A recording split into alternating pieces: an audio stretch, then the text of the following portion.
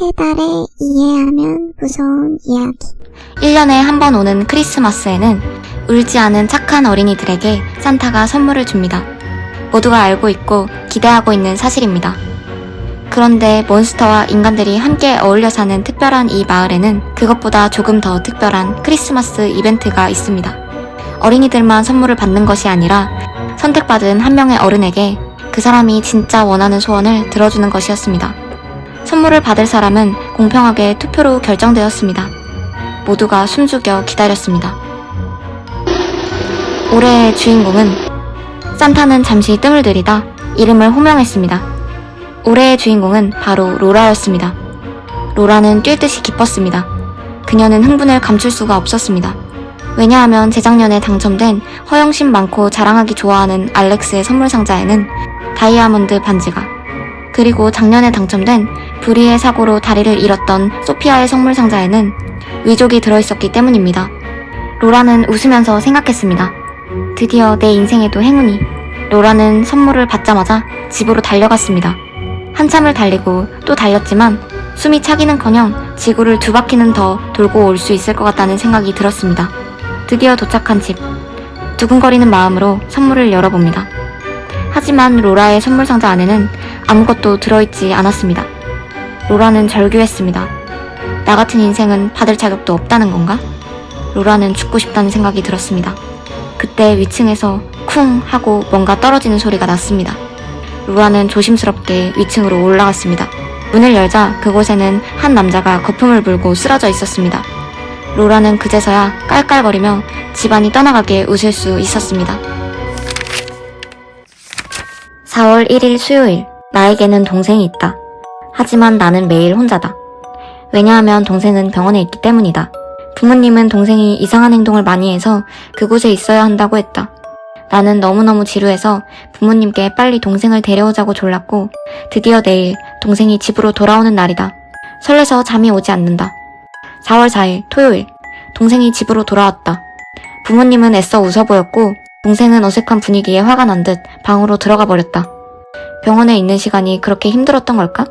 4월 13일 월요일, 오늘은 엄마에게 동생의 장난감 상자에서 발견했다고 말하며 고양이 눈을 주자 엄마는 한숨을 푹 쉬었다. 4월 20일 월요일, 오늘은 키우던 강아지 메리가 정원에서 경련을 하고 있었다. 사료에 뭔가 하얀 가루가 들어있었다. 4월 21일 화요일, 동생이 돌아간 날 엄마 아빠는 심각한 얼굴을 했다. 귀를 기울여서 둘이 소근거리는 소리를 들었는데 이제 더 이상 동생을 집에 데려오지 않겠다고 얘기하는 것 같았다. 5월 18일 월요일, 정말 큰일이다. 동생이 돌아올 때까지 잘 참을 수 있을까? 너무 견디기 힘들다. 나만은 착한 아들로 남고 싶다. 5월 29일 금요일,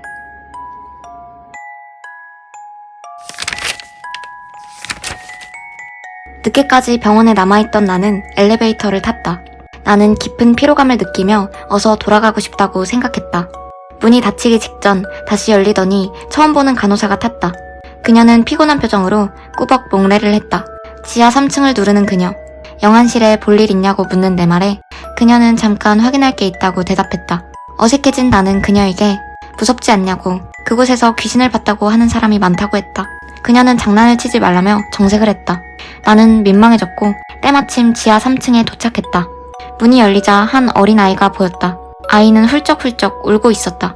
나는 걱정이 되어 내려보려고 했지만 간호사는 나를 막아서며 황급히 엘리베이터 문을 닫았다. 나는 간호사에게 왜 그러냐고 묻자 그녀는 아이의 팔에 시체만 메고 있는 팔찌가 메어져 있다고 했다.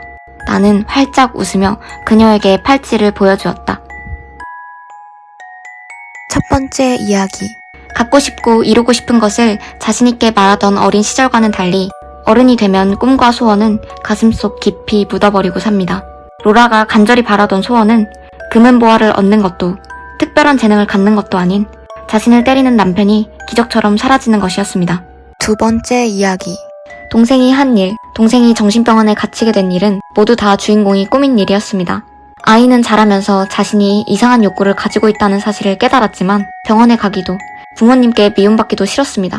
그래서 자신이 한 짓을 동생에게 덮어씌우고 동생이 돌아올 때마다 자신의 욕구를 실현시키기 위해서 동생을 만나고 싶다고 조른 것이었습니다. 동생이 다시는 집에 돌아오지 않는다는 사실을 알게 된 주인공. 주인공은 과연 어떤 일을 저질렀을까요? 세 번째 이야기. 의사는 귀신이었습니다. 그는 현세의 미련을 놓지 못하고 병원을 떠돌고 있었습니다.